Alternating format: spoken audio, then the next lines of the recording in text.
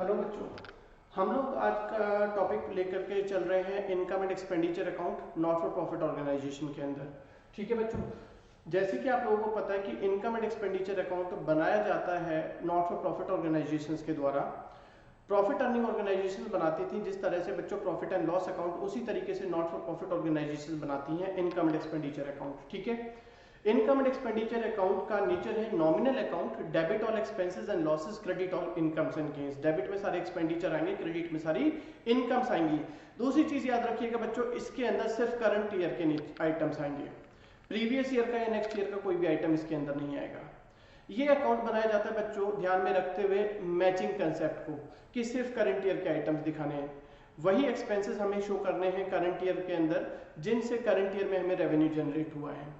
दूसरी चीज याद रखिएगा, यहां पर सिर्फ रेवेन्यू नेचर के आइटम्स आएंगे, कोई भी कैपिटल नेचर का आइटम नहीं आएगा बच्चों इनकम एंड एक्सपेंडिचर अकाउंट में। सर ये कैपिटल नेचर के आइटम्स क्या होते हैं, तो पहले समझ लीजिए।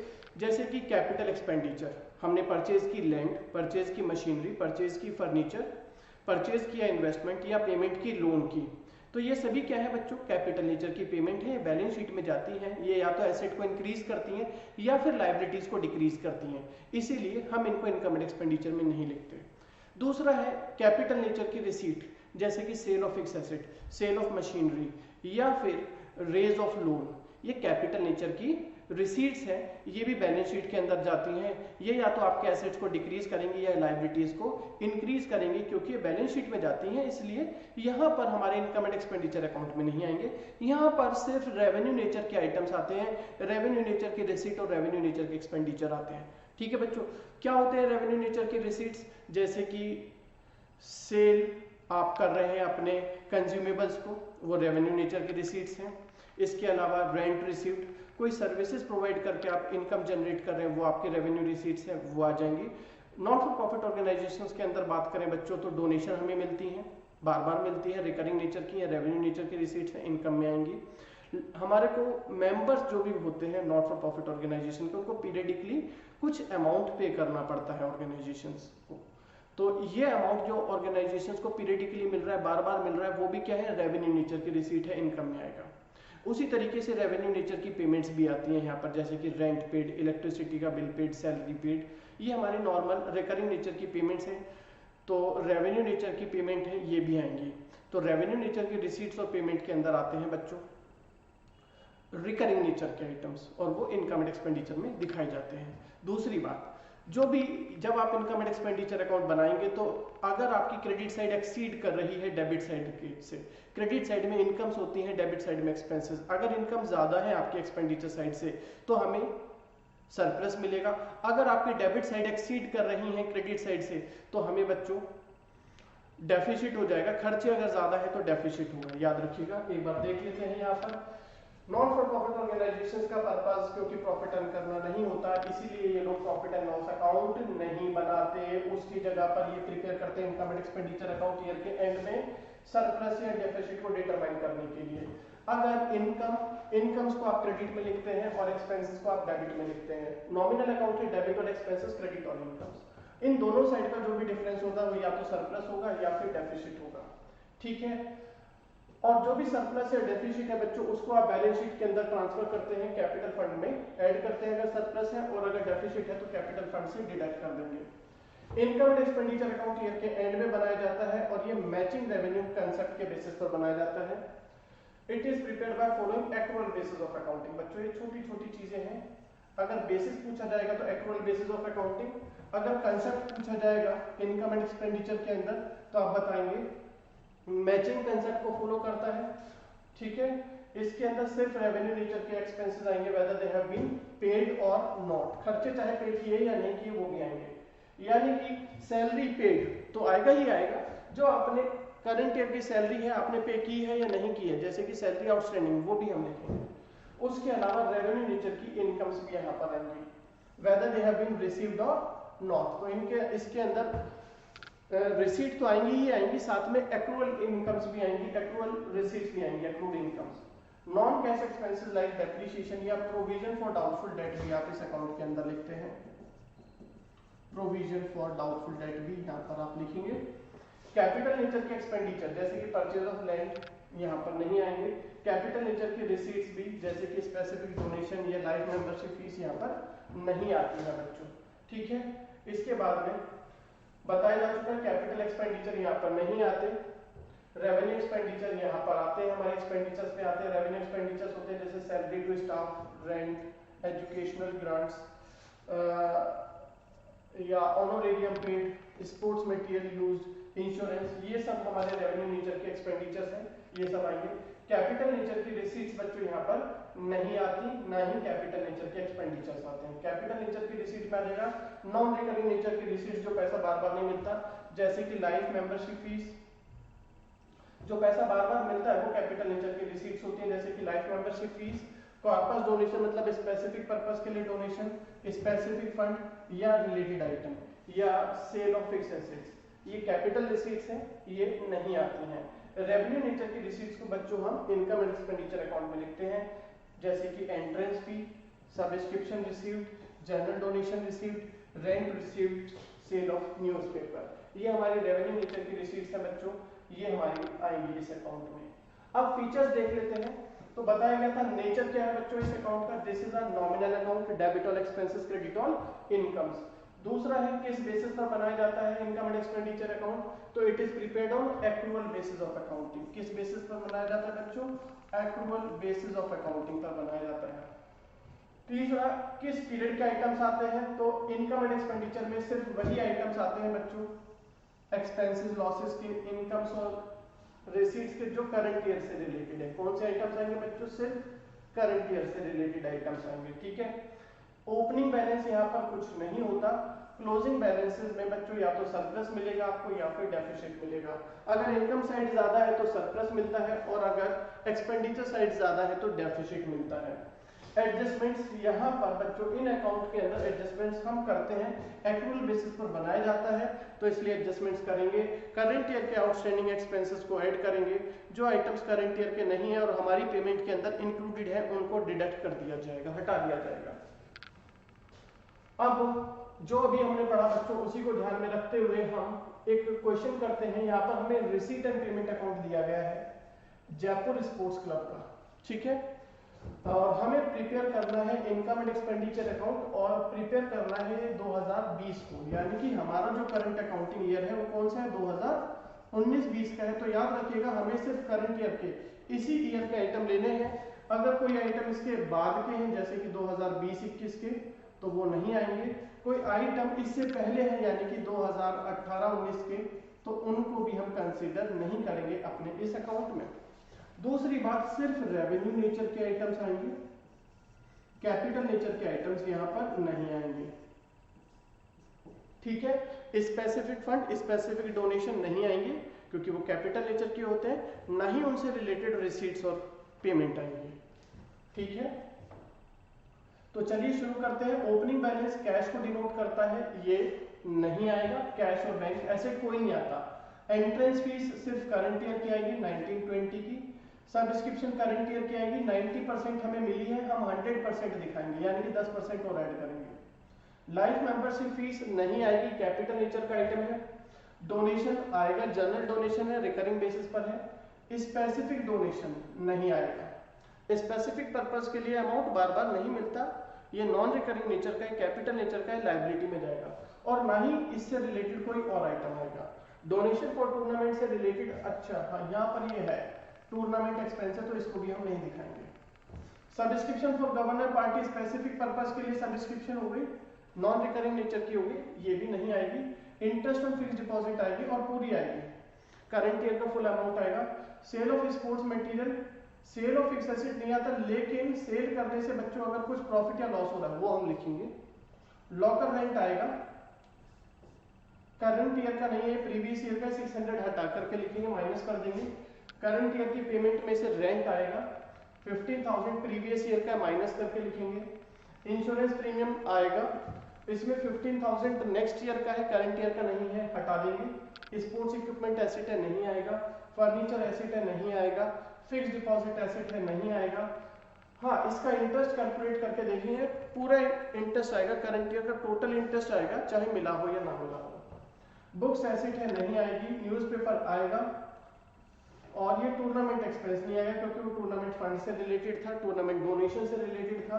प्रिंटिंग एंड स्टेशनरी आएगा, closing balance of cash of bank नहीं आता। ये balance BD/CD receipt and payment account के कैश को डिनोट करते हैं और कैश हमारा एसेट है, कोई भी एसेट यहाँ पर नहीं आता। तो चलिए बनाते हैं बच्चों। पहले आप लिख लेते हैं किसके लिए बना रहे हैं, जयपुर स्पोर्ट्स क्लब। क्या प्रिपेयर कर रहे हैं बच्चों, income and expenditure account for the year ended on 31 March 2020। Debit में एक्सपेंडिचर, क्रेडिट में इनकम। सबसे पहले लिखेंगे बच्चों रेंट। एक्सपेंडिचर में क्या लिखा है, रेंट लिखा है। कितना है टोटल 60,000, जिसके अंदर से प्रीवियस ईयर का 15,000 है, मतलब प्रीवियस ईयर आपने पे नहीं किया था, करंट ईयर में पे कर रहे हैं तो हटा दो। इसे बोलेंगे प्रीवियस ईयर पे नहीं किया था तो आउटस्टैंडिंग था इस ईयर के बिगिनिंग में, माइनस कर दिया तो कितना आएगा, सिर्फ 45,000। इसके बाद बच्चों इंश्योरेंस प्रीमियम आएगा 60,000। इंश्योरेंस प्रीमियम लिखेंगे आप 60,000। यहां पर भी कुछ लिखा है कि 15,000 2020-21 का नेक्स्ट ईयर का है, तो 15,000 रुपए नेक्स्ट ईयर का है, मतलब आपने करंट ईयर में प्रीपेड एडवांस में दे दिया है। प्रीपेड करंट ईयर के बाद का है तो प्रीपेड एट माइनस करके हम नेट अमाउंट लिख देंगे। स्पोर्ट्स इक्विपमेंट एसेट नहीं आएगा, फर्नीचर एसेट नहीं आएगा। फिक्स डिपॉजिट 1,20,000 रुपए। बच्चों यहाँ पर देखना फिक्स डिपॉजिट कितना है, 1,20,000। इंटरेस्ट कितना है इसका, 8%। कब इन्वेस्ट किया था आपने फिक्स डिपॉजिट में पैसा, 1 अक्टूबर को इन्वेस्ट किया था, ईयर एंड हो रहा है 31 मार्च को, तो 6 महीने का कितना बनता है बच्चों, 4800। 4800 इंटरेस्ट बनता है और मिला कितना है करंट ईयर में, मिला है हमें 2400, तो 2400 और लेना है। तो क्योंकि ये एक्रूअल बेसिस पर बन रही है, यहाँ पर सारा अमाउंट आएगा करंट ईयर का, वेदर दैट इज रिसीव्ड और नॉट। तो 2400 मिल चुका है, 2400 लेना है। तो इंटरेस्ट ऑन एफडी हमारे लिए इनकम है, 2400 हमें मिल चुका है, 2400 हमें लेना है, तो इसे बोल देंगे एक्रूड इंटरेस्ट करंट ईयर का, 4800 दिखा देंगे हम। आगे टूर्नामेंट एक्सपेंस नहीं आएगा क्योंकि टूर्नामेंट डोनेशन से रिलेटेड है, कैपिटल नेचर का आइटम बन गया।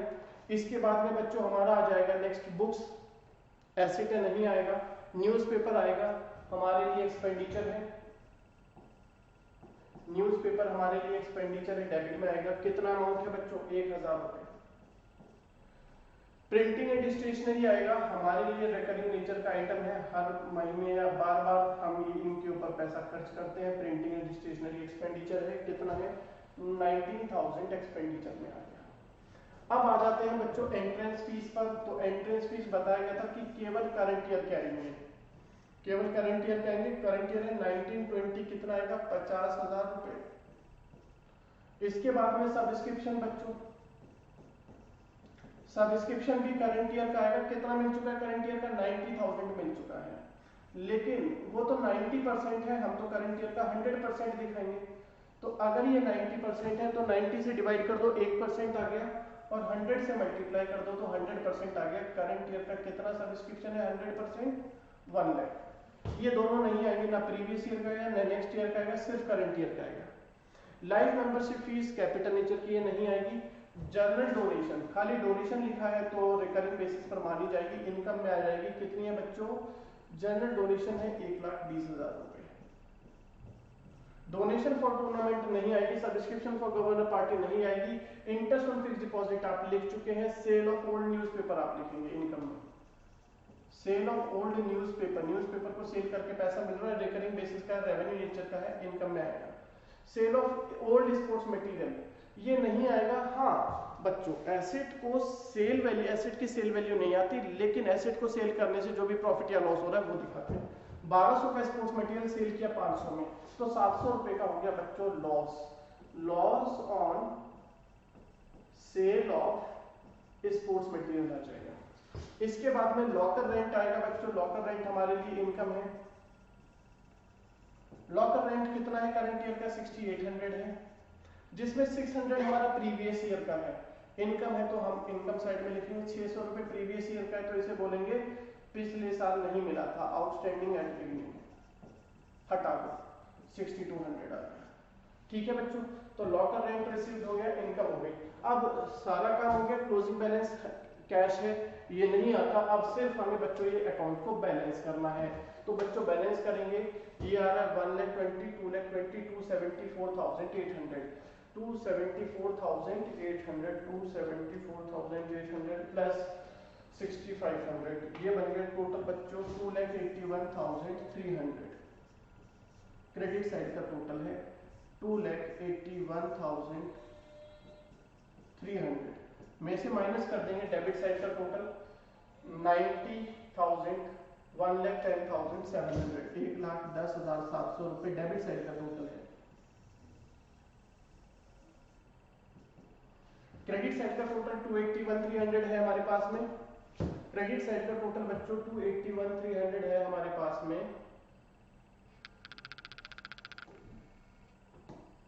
और डेबिट साइड का टोटल है 1,10,700 रुपए। बैलेंस कर देते हैं, एक बार वापस चेक कर लेते हैं। 54,800 प्लस 2,20,000 प्लस 6,500, ठीक है। माइनस कर रहे हैं इसमें से 1,10,700, तो बच्चों 1,70,600 रुपए, 1,70,600। क्योंकि इनकम साइड बड़ी है, यहाँ पर बच्चों हमारी इनकम साइड बड़ी है, तो क्या निकलेगा यहाँ पर, ये बैलेंस निकलेगा हमारा सरप्लस। क्योंकि इनकम साइड बड़ी है तो हम इसको बोलेंगे सरप्लस। कितना आया है 1,70,600। तो ये क्वेश्चन आपका हो गया सॉल्व। तो उम्मीद है बच्चों इनकम एंड एक्सपेंडिचर अकाउंट बनाना हमें आ चुका है। अब देखते हैं आगे, नेक्स्ट हम difference between income and expenditure account and profit and loss account, दोनों में क्या अंतर है। तो बच्चों इनकम एंड एक्सपेंडिचर अकाउंट बनाने का मेन ऑब्जेक्ट सिर्फ ये होता है कि क्या ऑर्गेनाइजेशन अपनी करंट ईयर के एक्सपेंसेस को करंट ईयर की इनकम से मेट कर पा रही है या नहीं। जबकि प्रॉफिट एंड लॉस अकाउंट का मेन ऑब्जेक्टिव होता है to determine the net profit and net loss incurred. कौन बनाता है बच्चों, income and expenditure is prepared by profit not for profit organization, जबकि profit and loss account is prepared by business enterprises. Income and expenditure account में बच्चों कौन सा method use होता है, कहां से बनाते हैं। तो अगर ऑर्गेनाइजेशन कंप्लीट रिकॉर्ड मेंटेन कर रही है तो उस केस में ट्रायल बैलेंस की हेल्प से इनकम एंड एक्सपेंडिचर बनेगा। अगर कंप्लीट रिकॉर्ड मेंटेन नहीं कर रही है ऑर्गेनाइजेशन तो उस केस में बच्चों रिसीट एंड पेमेंट अकाउंट से ही हम इनकम एंड एक्सपेंडिचर अकाउंट बना लेते हैं। तो अगर ट्रायल बैलेंस बना रहे हैं कंप्लीट सेट ऑफ बुक्स में तो हम ट्रायल बैलेंस की हेल्प से बनाते हैं। अगर ट्रायल बैलेंस नहीं बना रहे तो रिसीट एंड पेमेंट अकाउंट की हेल्प से बनाएंगे, अगर कंप्लीट सेट ऑफ बुक्स नहीं है हमारे पास। प्रॉफिट एंड लॉस अकाउंट बच्चों हमेशा ट्रायल बैलेंस की हेल्प से बनता है। बैलेंस को क्या बोलते हैं, जो भी इनकम एंड एक्सपेंडिचर का बैलेंस आता है that is known as the surplus और डेफिसिट। अगर क्रेडिट साइड इनकम साइड बढ़ी है तो सरप्लस, डेबिट साइड बढ़ी है तो डेफिसिट। इसके बाद में नेक्स्ट है हमारा लास्ट वन, जो भी बैलेंस होगा प्रॉफिट एंड लॉस अकाउंट का that denotes the net profit और नेट लॉस, नेट प्रॉफिट या नेट लॉस मिल जाता है बच्चों। इसके बाद में नेक्स्ट हमारा टॉपिक है difference between receipt and payment account और इनकम एंड एक्सपेंडिचर अकाउंट, दोनों में क्या अंतर है। तो बच्चों यहां पर पर्पस होता है हमारा रिसीट एंड पेमेंट अकाउंट का to show the difference between the balance of cash in bank at the end. Year के बिगिनिंग में कितना कैश था, कहां से आया, कहां गया, कितना बैलेंस बचा, ये सब जानना। जबकि इनकम एंड एक्सपेंडिचर अकाउंट का मेन पर्पस होता है to denote the net, to denote the surplus और deficit. Nature receipt and payment account बच्चों it's the summary of cash book, cash transactions की समरी होती है।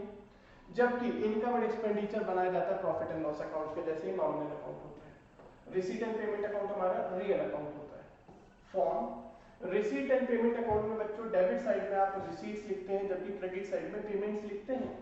इनकम एंड एक्सपेंडिचर अकाउंट में बच्चों डेबिट साइड में आप लिखेंगे एक्सपेंसेस और क्रेडिट साइड में आप लिखेंगे incomes. Balance receipt and payment account में बच्चों बिगिनिंग में ओपनिंग बैलेंस को हम कैश और बैंक से डिनोट करते हैं और क्लोजिंग बैलेंस भी हमारा कैश और बैंक को डिनोट करता है। जबकि इनकम एंड एक्सपेंडिचर अकाउंट में ओपनिंग बैलेंस कुछ नहीं होता और ईयर के एंड में जो भी मिलता है हमें वो हमारा सरप्लस या डेफिसिट होता है जिसको आप कैपिटल फंड में ट्रांसफर कर देते हैं।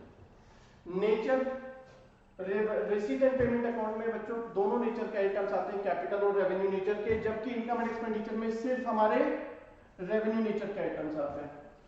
पीरियड किस पीरियड के आइटम आते हैं, रिसीट एंड पेमेंट अकाउंट में जो भी पैसा हमें करंट ईयर में मिला या जो भी हमने पेमेंट की चाहे वो करंट ईयर का, प्रीवियस ईयर का या नेक्स्ट ईयर का, वो सभी आएगा। जबकि इनकम एंड एक्सपेंडिचर में सिर्फ करंट ईयर के ही आइटम्स आएंगे बच्चों। कौन से आइटम्स आएंगे हमारे? सिर्फ करंट ईयर के आइटम्स आएंगे। Adjustments receipt and payment account, क्योंकि कैश बेसिस ऑफ अकाउंटिंग पर बनता है तो यहाँ पर एडजस्टमेंट्स नहीं होती। जबकि इनकम एंड एक्सपेंडिचर अकाउंट बच्चों हमारा बनाया जाता है एक्रूअल बेसिस ऑफ अकाउंटिंग पर, तो यहाँ पर हमें एडजस्टमेंट्स करनी होती हैं प्रीपेड, आउटस्टैंडिंग, एक्रूड और एडवांस की। डेप्रीशिएशन नॉन कैश आइटम है, रिसीट एंड पेमेंट में नॉन कैश आइटम्स नहीं आते, जबकि इनकम एंड एक्सपेंडिचर अकाउंट में कैश और नॉन कैश दोनों नेचर के आइटम्स आते हैं। तो बच्चों आज का टॉपिक हमारा कंप्लीट हो गया है इनकम एंड एक्सपेंडिचर अकाउंट। अब हमारा नेक्स्ट क्लास में हम लोग पढ़ेंगे फंड बेस्ड अकाउंटिंग। ठीक है बच्चों, ओके।